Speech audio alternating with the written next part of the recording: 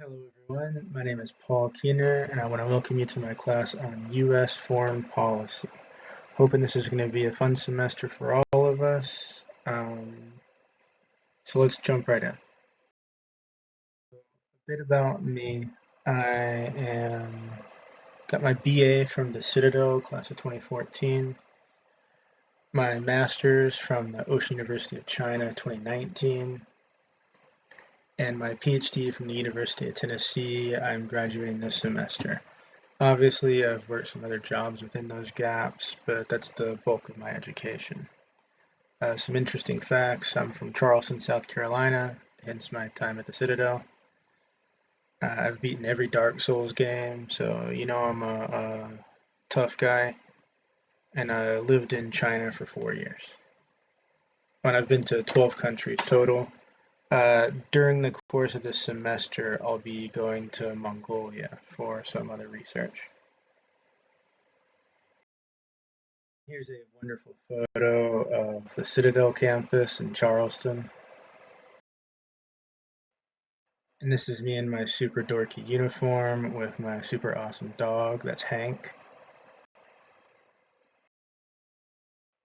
And this is Qingdao Shandong, where the Ocean University of China is. One of the coolest places in the world. I highly recommend going if you ever get a chance.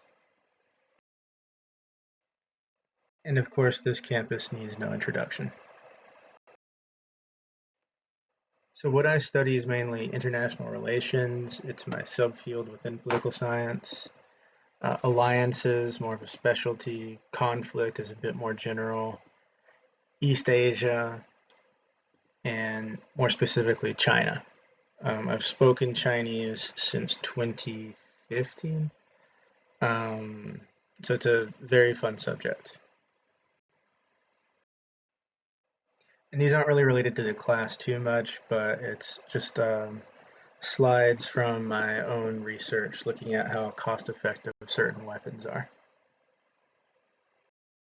There's a joke within political science that Americans like me tend to study international relations because it involves more guns and bombs, playing into the America stereotypes.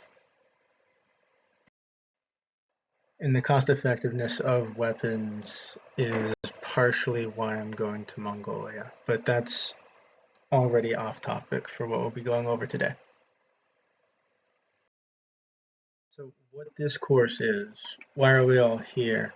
Well, what we're studying is obviously U.S. foreign policy process, and it's designed to teach how the U.S. specifically conducts foreign policy through different tools.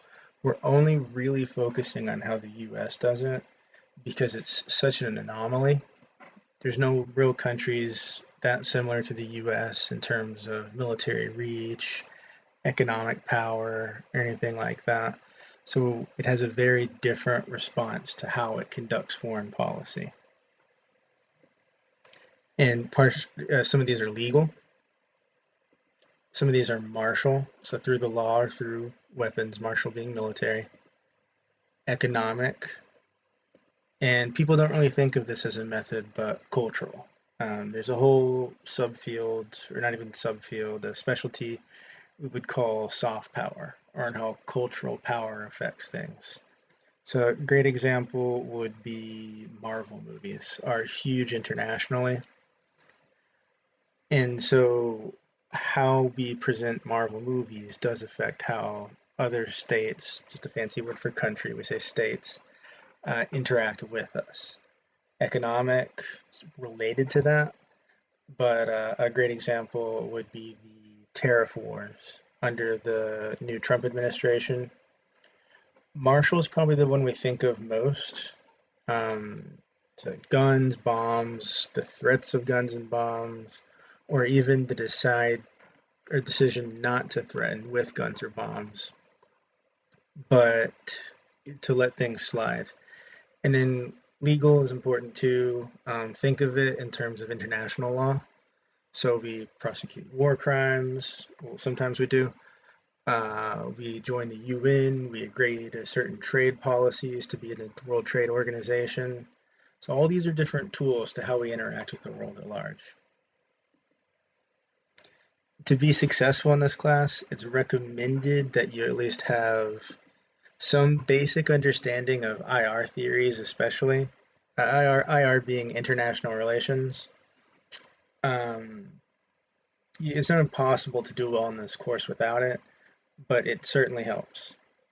Beyond that, you also want to have a basic understanding of how the US government works. If you don't know that Congress has the power of the purse, or if you don't know who the commander in chief is, same with IR theories, it's not going to be impossible, and I'm willing to help anyone who's willing to learn, but you are going to be at a bit of a disadvantage.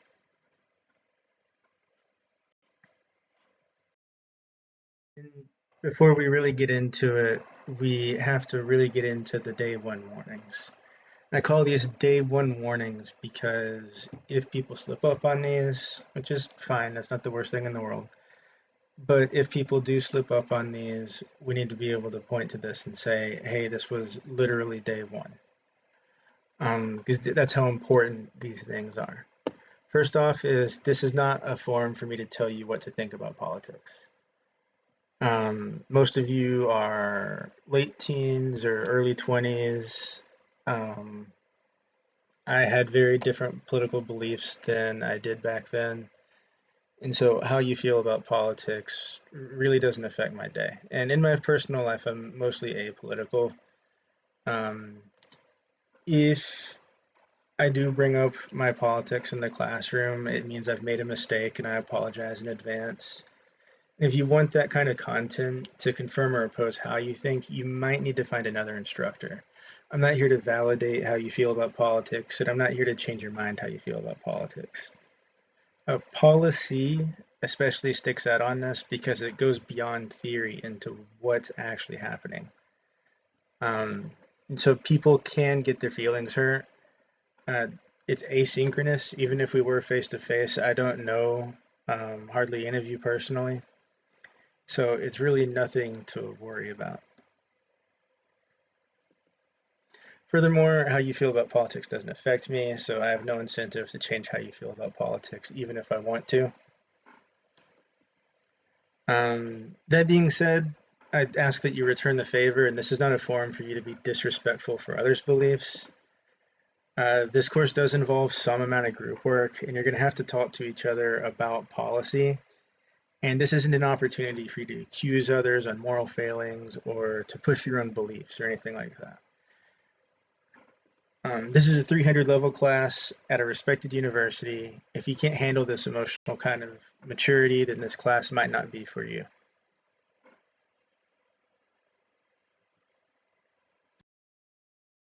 All right, so format. Online asynchronous. If you're here, you've probably figured that out. I'm willing to guess that's why some people signed up for this course in the first place, because it's more accommodating and you can do it while you travel and stuff like that. As I mentioned, I'll be in Mongolia for part of this, so dealing with that time zone difference is going to be awesome. The week I am there, I hope that you appreciate that in response to emails and things like that. Our standard week is going to have 3 modules, similar to like a Monday, Wednesday, Friday setup. That's 2 lecture modules and 1 activity for supplemental learning. So 2 lectures are going to be like this. Then the activity should be posted on the assignments, and I'll put out a short video slideshow like this so we can look at different ways to accomplish these activities. I'm sure y'all don't want me to talk you to death all semester. I certainly don't find people get the best content out of that. So supplementing it with these activities is going to be a big part of the class. And as per campus requirements, the combined time will not exceed 3 hours per week, not counting homework and papers. So let's get to talking about that. So academic integrity and plagiarism.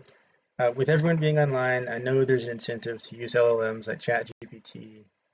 Do not use this for generative writing.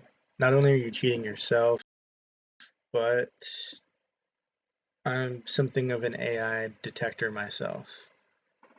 In my own research outside of the weapons and conflict, I've caught over 100 suspicious papers, likely plagiarized with ChatGPT. If you look at the x-axis, you can see how the indicators go way up after ChatGPT is launched. And these are just the ones that are super, super suspicious. And then if you go here, I've caught tens of thousands of maybe suspicious papers. So if you're looking to plagiarize with AI, I would recommend that you don't do it. Because this is kind of a big brother moment, I know, but you really are only hurting yourself. So non-generative AI is 100% okay to use. I get this question every time I'm in person. So what is non-generative AI? That's stuff like Grammarly or autocorrect if you're using Microsoft Word. I don't know what the Mac version is. You can even use ChatGPT for outlines.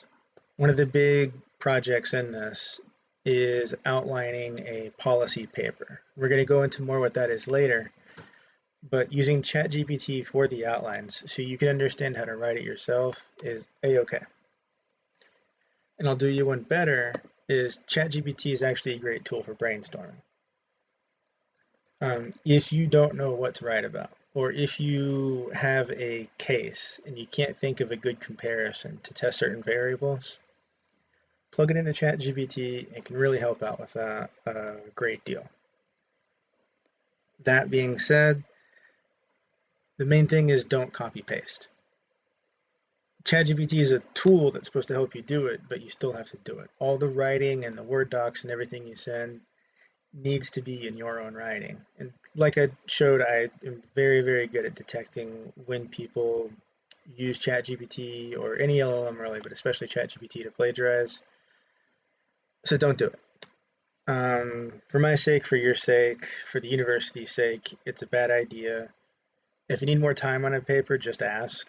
I've basically never refused extensions unless it's people are really taking advantage of it. So please just ask for an extension if you're having trouble getting work in on time. Just don't copy paste. And either you'll get caught, which is ironically the best outcome. I don't feel bad about catching people because the worst situation is that you begin losing the ability to figure such things out for yourself. And I know that's very sky is falling, chicken little, but it's a serious concern that I and a lot of people in education have.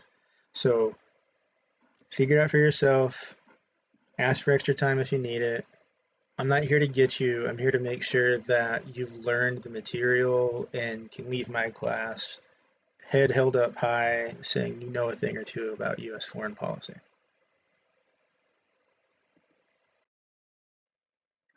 All right, so course elements. This is on the syllabus. So contribution to the final grade. Homework is 30%. Because we don't really have a forum to do discussions or lectures or anything like that, at least in the sense that I prefer Socratic method. We're going to lean heavily on homework. So that's 30% of the grade, 2% over 15 weeks. 15 times 2 is 30. A few of those are actually freebie weeks because like midterms and finals and stuff like that, spring recess, you won't have any homework. So some of that is free points. You're welcome. Midterm exam, 20%. Midterm fictional policy paper, we'll go into that. That's 5%. There's your final learning paper, and then your final exam. Final learning paper, 15, final exam, 30. Okay, so I just went over this a bit, but why is there so much homework in this class? Even though this is online and asynchronous, you're still responsible for doing the work. If I'm not in person, I can't really check for understanding as much as I would like to. So to compensate for that, we're going to have more homework so I can make sure you aren't just playing the videos in the background or anything like that. This is why there's no attendance in the grading scheme, but lots of homework. Don't fret too much on the homework unless I tell you to. Most of it, I'm just looking for an honest attempt. That doesn't mean you get an automatic pass just for sending something in, but like with the LLM plagiarism policy, I'm not looking to get people. If you've had my courses before, you know that's just not my personality. I just really want you to give it, what do they call it, the old college try, so I can make sure that you are at least putting in the effort.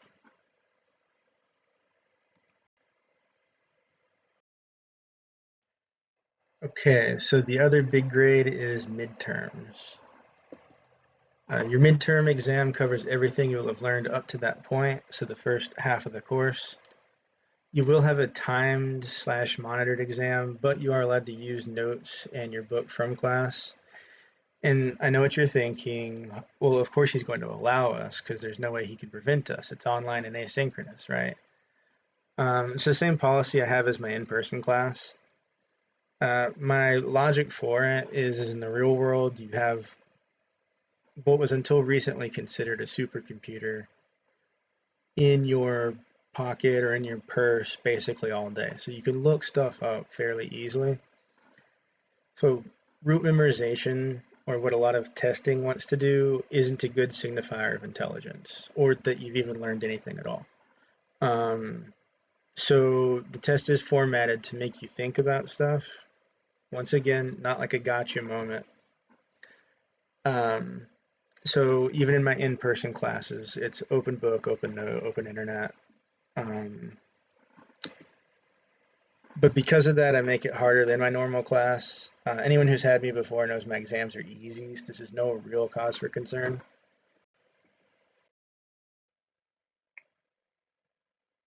And then the other part of your midterms, only 5% of your grade is this fictional policy paper. For your other midterm assignment, I want you to use what you have learned about policy papers to write one yourself. And you might be thinking, well, I don't know a lot about policy papers right now, which is fine because by midterms you'll know. But because the year isn't over, and I want to make it more interesting for you all, I want policy papers with real formats and real language. But the twist is it's going to be a fictional setting or a setting that isn't normally covered by policy papers.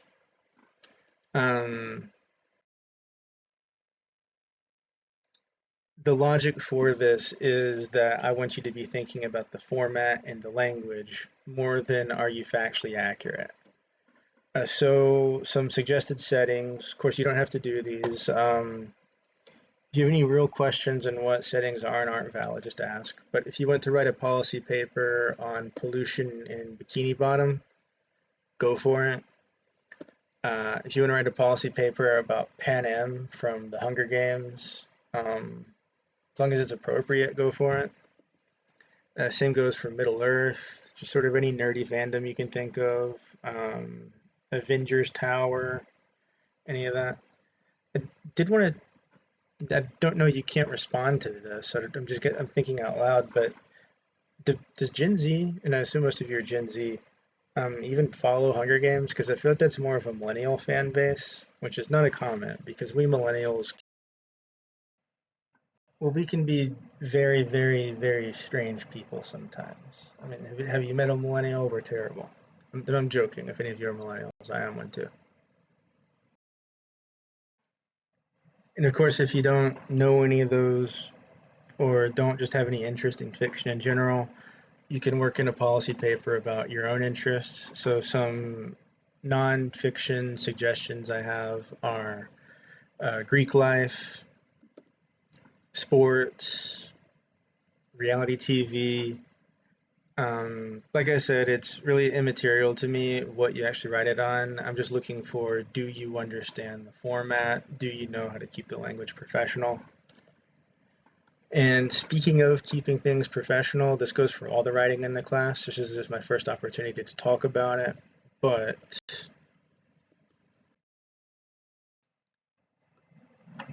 even then, I need you to keep all your writing super professional. Keep it clean and within campus guidelines, even fictional worlds. Keep it professionally written. Don't be edgy. And keep it so I don't have to be a jerk to avoid getting myself in trouble. I want you to have fun with this, but I don't want people to take things too far in a way I can't predict.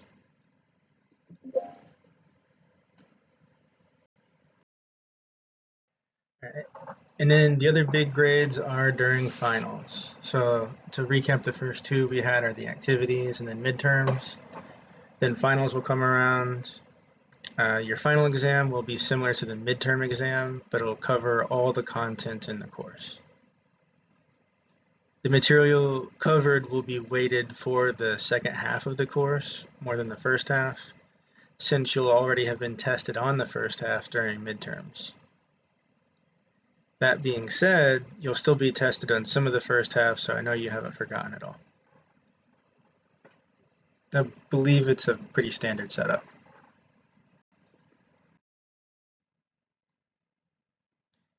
And then the last part of finals is the policy paper. So it's the same format and professional tone as the midterm paper, but you'll be expected to write about a real world US foreign policy issue and be knowledgeable about it. That means cite your sources, use real sources. During undergrad, I accidentally used a super unprofessional source that I did not know was unprofessional. I don't want to say what it was, but if I was caught doing it now, I would probably be laughed out of the room. It's 1,500 to 2,000 words. Then the midterm paper is so you understand the format. This is so you can show both that and appropriate content. So midterm paper, think of it as the format and language and everything. You understand how the skeleton goes.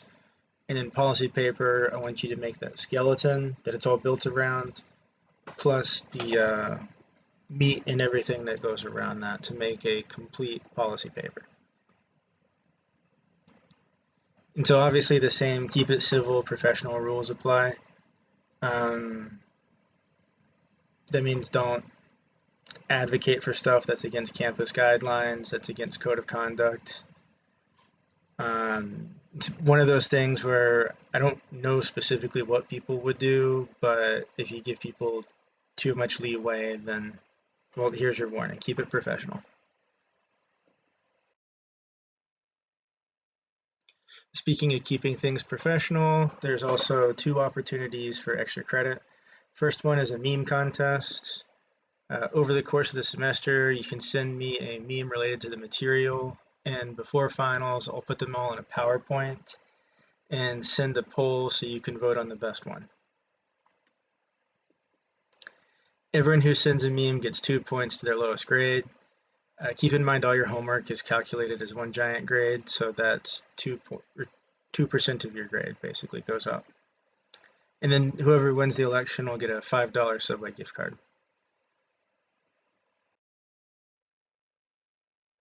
Another big opportunity for extra credit throughout the semester will be the CGE and Department of Poli-Sci. These are basically just under the umbrella of events, or like events related to the coursework.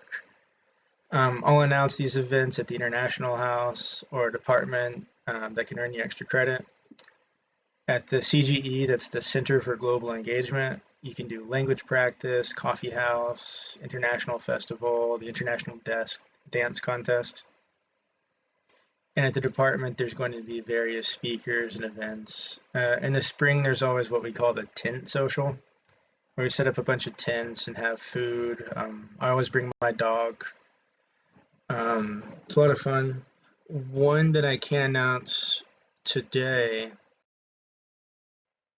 one event I can announce today, I'm sure I don't need to tell you all, because we've been counting this down for years now.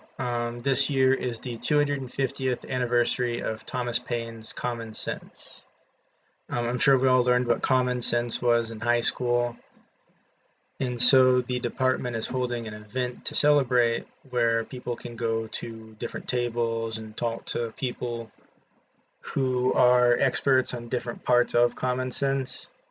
I'll be there in person at the table that discusses how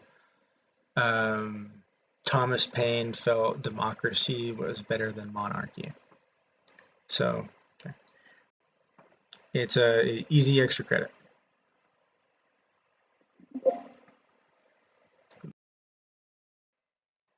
Okay, moving on from grading, let's talk about the required textbook. It's U.S. Foreign Policy, The Paradox of World Power by Stephen Hook, 6th edition. I believe 6 is the most recent edition. It's available on Amazon. The textbook, don't buy it full price if you can avoid it. It should be on inclusive access or open access, but if not, let me know and we can figure something out.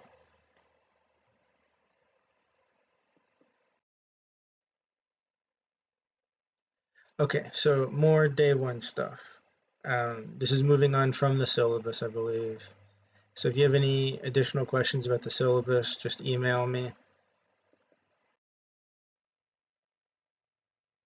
So defining U.S. foreign policy, which I know seems very elementary and easy and kind of a weird thing to do first day, but so we can all set expectations and have the right common understanding of what we mean when we're talking about this. I want to break it down word by word, meaning US, the United States, what the word foreign means, and what we mean by policy.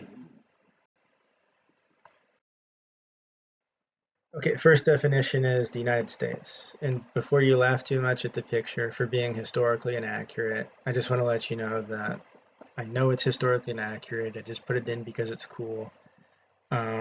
It's historically inaccurate, obviously, because there's too many stars on the flag in the background, and for no other reason. So the United States refers to the country founded in 1776, comprised of 50 states. Its capital, the District of Columbia, and several territories. We try not to say America if you can avoid it, because it's not always the same thing as the United States. It often refers to the continents, one of which most of the United States is located in. Some people take issue with America and United States being used interchangeably, and it's best just to say United States to avoid confusion in the future.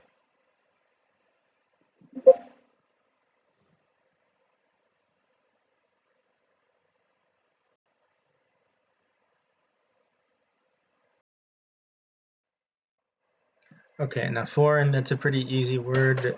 Just means of, from, in, or characteristic of a country or language other than one's own. Obviously, in relation to the United States, a foreign country is any country that's not the United States. My friend is from China, and she lives in America, and she's always referring to Americans as foreigners. Because to her it means not Chinese, which I always thought was quite funny. But yeah, in relation to the United States, this course, we're just meaning any country that's not the United States. And the last word we have is policy. So Oxford Dictionary, a course or principle of action adopted or proposed by government, party, business, or individual. Obviously, in this class, we're going to be focusing almost entirely on government.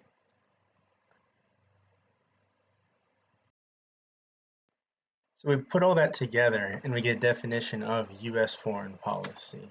In simple terms, it's how the United States decides to act or not act in relation to other states. And in this context, states means countries, unless I specify U.S. state.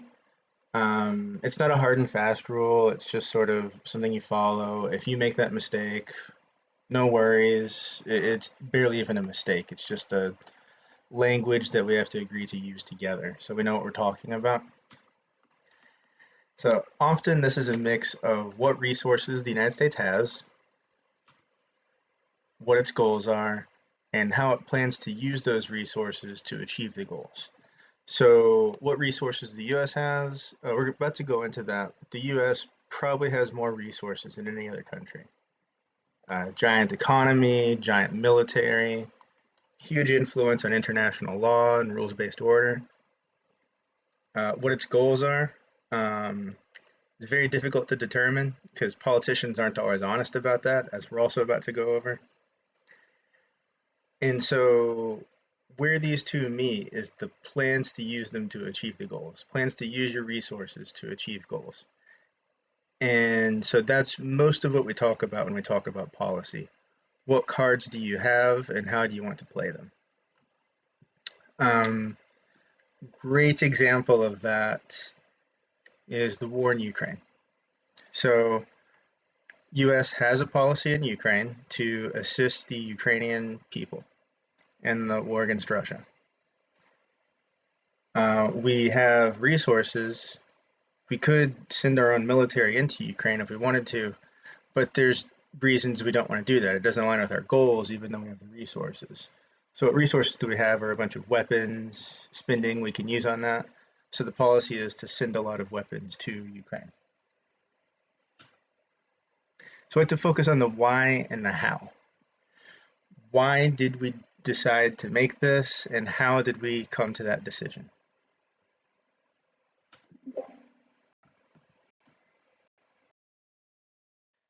So I mentioned the United States being an outlier, and that's why this class is just focused on US foreign policy as opposed to how foreign policy works in the rest of the world. And I think from grade school, we're all taught that the United States is an exceptional country. Uh, Not to moralize it one way or the other, but the United States is different than every other country. And for the purposes of this class, there's four main fields that we talk about where this is super relevant. So the United States is very different in terms of our military, our international law, our economy, and our culture. And culture is probably the one we're going to talk least about, but I still feel like it is worth mentioning.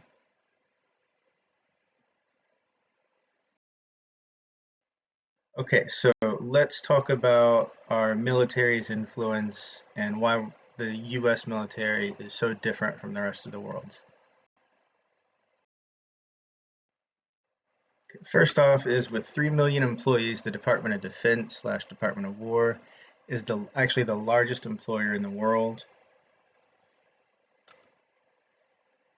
And of all the world's military spending, so from every country, roughly 37% of that is the US military.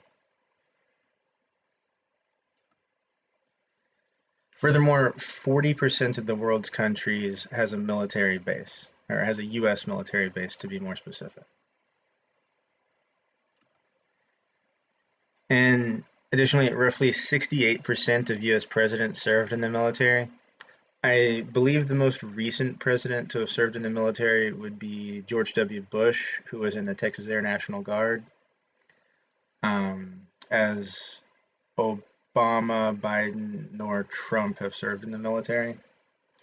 But sort of a fun fact is that Theodore Roosevelt even won the Medal of Honor. And as you can see with the picture, we've got the different branches of the military. United States Navy, United States Army, Marine Corps, which is in the Department of the Navy, United States Coast Guard, which is actually not in the military unless certain conditions are met, which have been met for a long time, so it's brought into that. United States Air Force, and most recently the United States Space Force, which people thought it was going to be something like Halo or Aliens when it was first announced, but it's not that.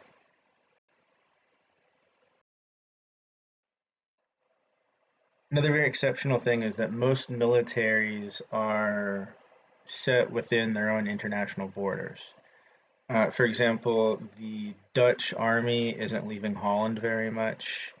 The Chinese military is not leaving China very much. You compare that to the United States, where there are military bases all over the place. As we talked about, I believe around 40% of countries have a military base. And those are just the permanent installations. Imagine if the US had the power to project cities, mobile cities across the world in order to influence policy. Wouldn't that be a crazy thought? Well, it turns out that you kind of can have floating cities going around the world. Well, I wouldn't say cities, but more like floating military bases, because we have aircraft carriers. Almost half of the world's aircraft carriers belong to the United States, and they are effective military bases, especially if you count the fleets that sail with them and around them. And these aren't just for military power. And after natural disasters by seaside areas, especially when I was in college, there was a big one around Haiti. Aircraft carriers were able to pull in and provide power to the desperate Haitian power grid. So that kind of power projection is super, super, super important. And what a lot of people don't realize is that the primacy of aircraft carriers as ways to conduct war. Before World War II and at the beginning of World War II, it was kind of understood that battleships were the way to go. So when Japan attacked Pearl Harbor, they destroyed mainly battleships. The aircraft carriers were out training. That was likely intentional because they wanted to avoid the airplanes that could launch from the carriers. And that's partially why Pearl Harbor didn't affect the United States too much, is because battleships were already kind of on their way out. So the damage done at Pearl Harbor didn't affect that much.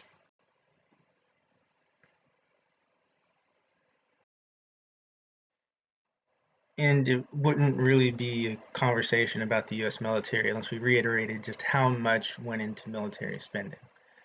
As you can see here, according to SIPRI, which is the gold standard of military spending, tracking, the US spends more, or in 2022 spends more on its military than the next 10 countries combined. And yet the other 144 countries barely even register, really. If you look at them individually, you have to group up these 144 countries together to even be within the same order of magnitude, really. Speaking of spending, let's talk about the economy and why the US economy is so much different than the rest of the world.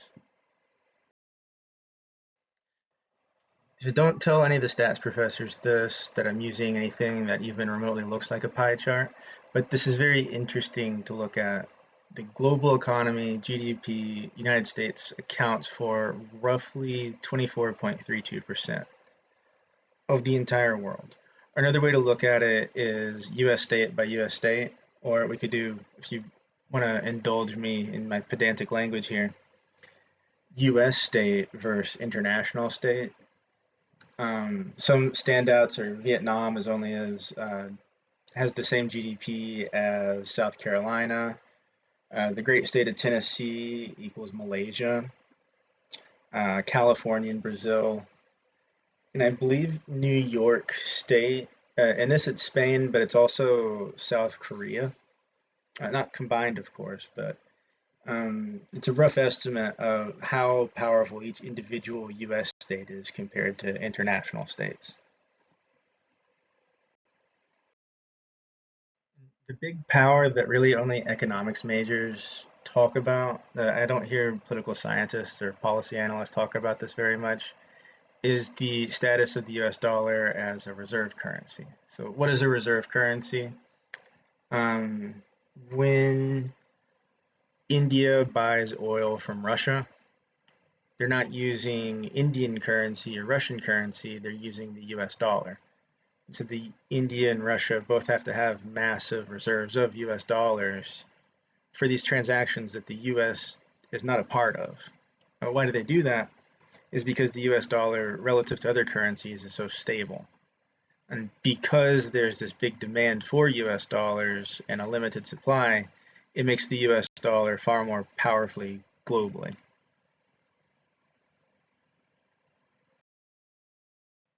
And I guess I'm on one today about Russia, but let's talk about international law. So there have been a few minor attempts at international law before the League of Nations. Most of them don't really register, or they're very localized or maybe even just dyadic. That's just a fancy word for between two states. So the first major push anyone really talks about for huge international organizations is the League of Nations. That was mainly the brainchild of Woodrow Wilson in the wake of World War One.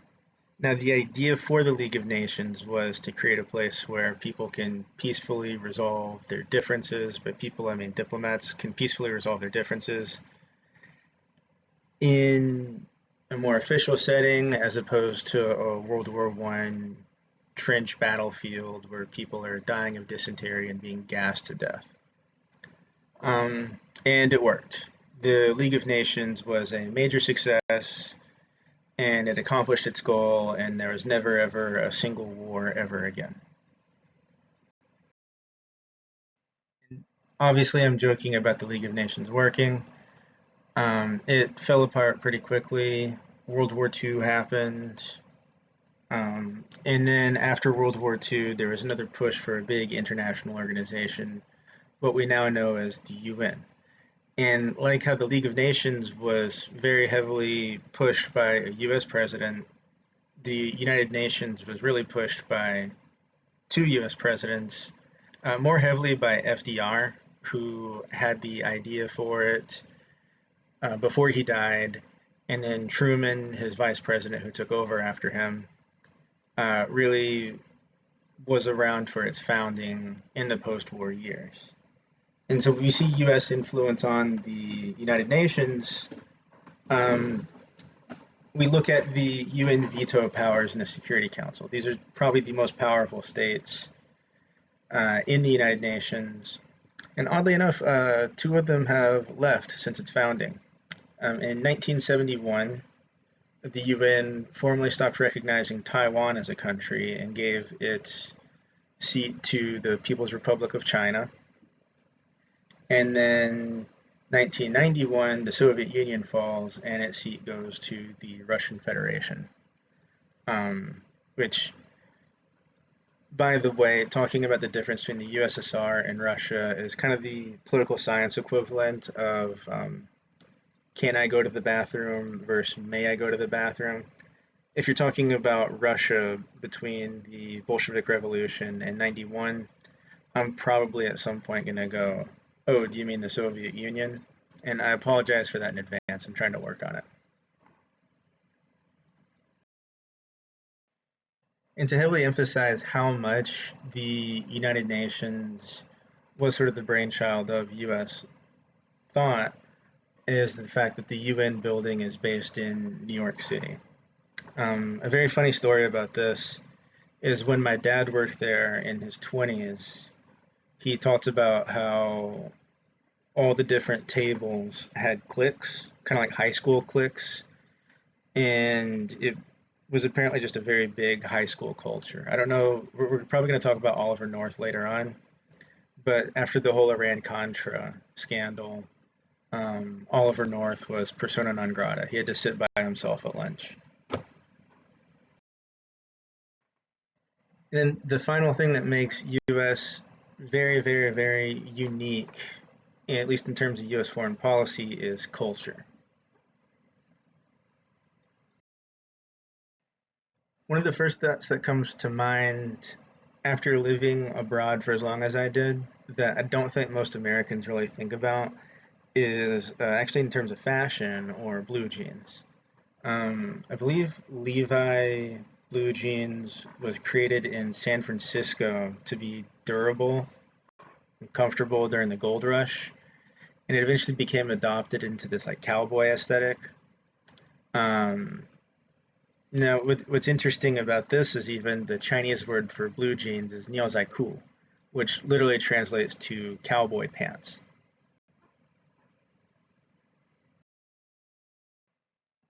And so you're probably thinking, who cares about blue jeans?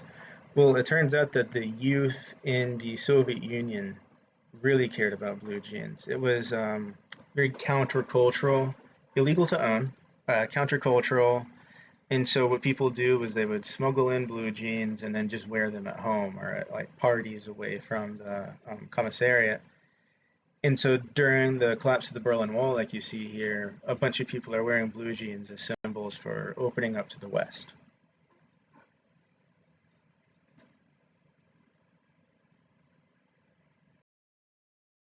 And one that's probably a bit more recent is highest grossing movies of the year since 2000. I could go back further when Hollywood was even more of a powerhouse than it already is. It's sort of been not really declining, but other industries have been growing. So we have 25 years of data to go off this because the 2026 numbers aren't in late January. But of all the highest grossing movies of the year since 2000, there's 25 options. We have actually only 5 of them not being from the United States. One being in 2001. I'll give you a second to guess what was the highest grossing movie of 2001 that was not made in the United States. It's Harry Potter and the Philosopher's Stone, Harry Potter and the Sorcerer's Stone. 2005. I'll give you another second to think about what that movie was. Harry Potter and the Goblet of Fire. Are you noticing a trend? Next is 2011. Give you another second.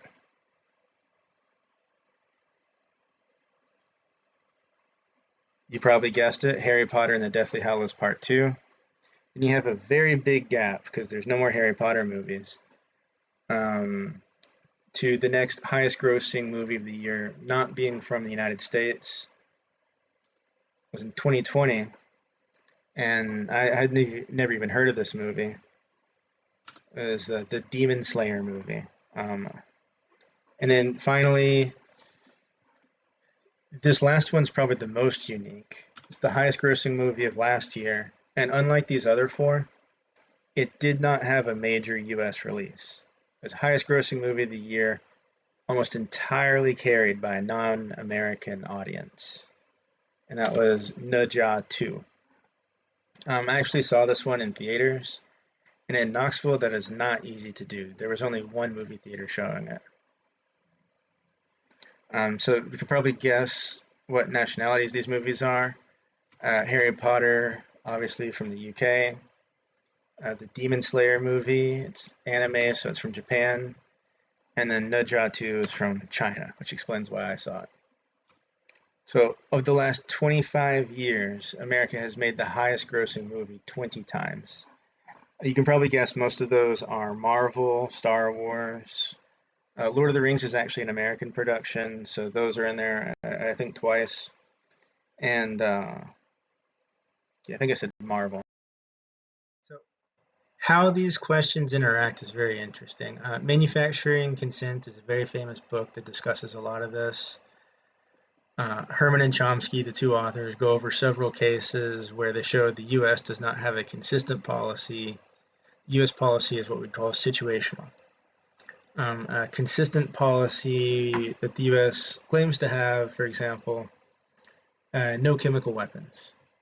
If a state were to use chemical weapons, the U.S. would either condemn it or use it for justification of invasion. Probably the most famous example of that would be Iraqi dictator Saddam Hussein using chemical weapons to kill an ethnic minority in Iraq called Kurds. And of course, it brings people, especially chemical weapons, back not only to the gas chambers of the Holocaust, but the trench warfare of World War I. So it's widely agreed within international law that you do not use chemical weapons. The thing is this isn't a consistent policy, it's situational. Because the US does use chemical weapons, or at least did use chemical weapons during the Vietnam War. There was this thing called Agent Orange that was meant to kill trees and plants and stuff like that. Think of it as just like weed killer on steroids, basically. And the idea was to drop it from planes into the Vietnamese jungle to kill the Vietnamese jungle, so Vietnamese soldiers had nowhere to hide.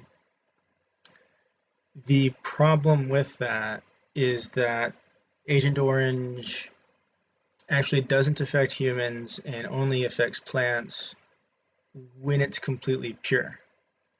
when it's not pure, and when it's being produced en masse, people don't have time to make it pure, it becomes highly carcinogenic and toxic. And the other issues are that it's hydrophobic, meaning it doesn't wash away, and it loves collecting within fat cells. So fat cells that'll go into fish that are later eaten by people.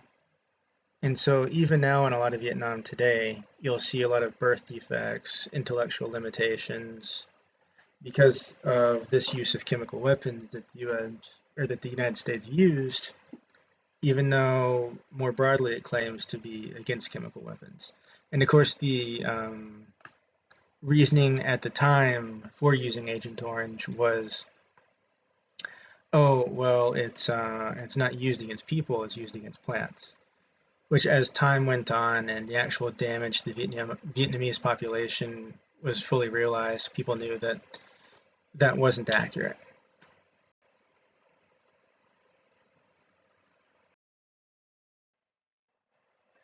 So some more examples in the book about US foreign policy not being consistent and being very situational is the idea of worthy versus unworthy victims.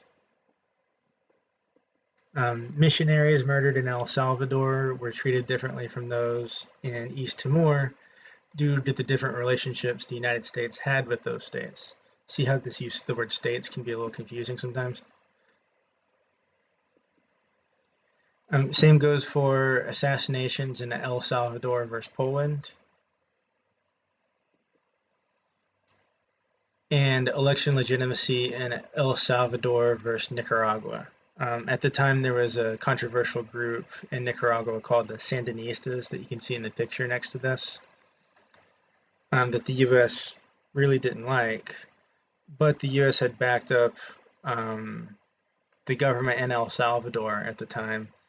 So El Salvador was given lots of reign to do all these different murders, assassinations, rigged elections, and the US would back them up.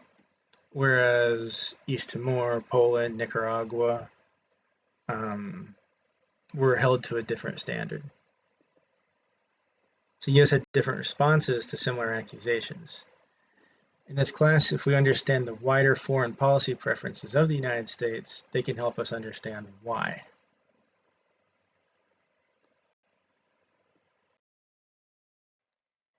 And there's no perfect piece of work, and there's a lot of issues with manufacturing consent. Um, Talking about US foreign policy, all of what we talked about is true. But before it looks like I'm coming down too hard on the United States, these problems are not unique to the United States. Some examples that really stand out are the Soviet invasion of Afghanistan, 79 to 89. If you ever see Rambo 2, it's about the Soviet invasion of Afghanistan. Sylvester Stallone goes in to help the Mujahideen. There's a famous post-credits scene where the movie is actually dedicated to the Mujahideen, or sort of the Afghan rebels that were fighting the Soviets. The unfortunate part about that is the Mujahideen eventually became the Taliban. You also have France bombing environmentalists in 1985. It was a Greenpeace boat, I believe called the Rainbow Warrior, that the French government bombed. And then there's the Chinese invasion of Vietnam, whereas the US invasion of Vietnam is often written as colonialism or stuff like that, where the Chinese invasion of Vietnam was literally, there's a whole backstory, but it was not under good intentions either. And one thing you'll probably notice about China and Vietnam is that they are both, I'll give you a second to think, communist countries. So there's this theory in IR called democratic peace theory that no two countries with democracies no two democracies ever go to war against each other. And that's mainly held true. There's a counter to that theory called communist peace theory, or that no two communist countries are ever going to fight, which has been debunked several times, but China and Vietnam is probably the biggest example. And if these aren't bad enough, all these issues existed before the publication of manufacturing consent in 1988. And while Herman, the first author, avoided controversy, he passed away from cancer in 2017. Chomsky became a media figure, and he has made several controversial statements since then. And he is currently facing scrutiny over his relationship with Jeffrey Epstein. Okay, so to recap everything we've been over, you have the syllabus. Be sure to go over it. Uh, be respectful and cognizant of campus policies. Be familiar with what U.S. foreign policy means and why the U.S. is so unique it has to be studied differently than other states. And once again, when I mean state, I mean country. And no manufacturing consent, its argument that U.S. foreign policy is situational, and how it ignores other issues. All right. If you have any questions and concerns, be sure to email me at this email. If it's something longer that needs to be more of a discussion, email me and we can set up a Zoom call. And I do prefer people keep things between 8 and 5 if it's not urgent. To reiterate one more time, when I'm in Mongolia later this semester, I'll be on a different time schedule and we can adjust then and figure something out.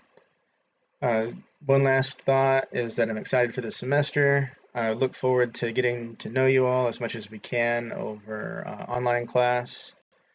And please don't be afraid to reach out.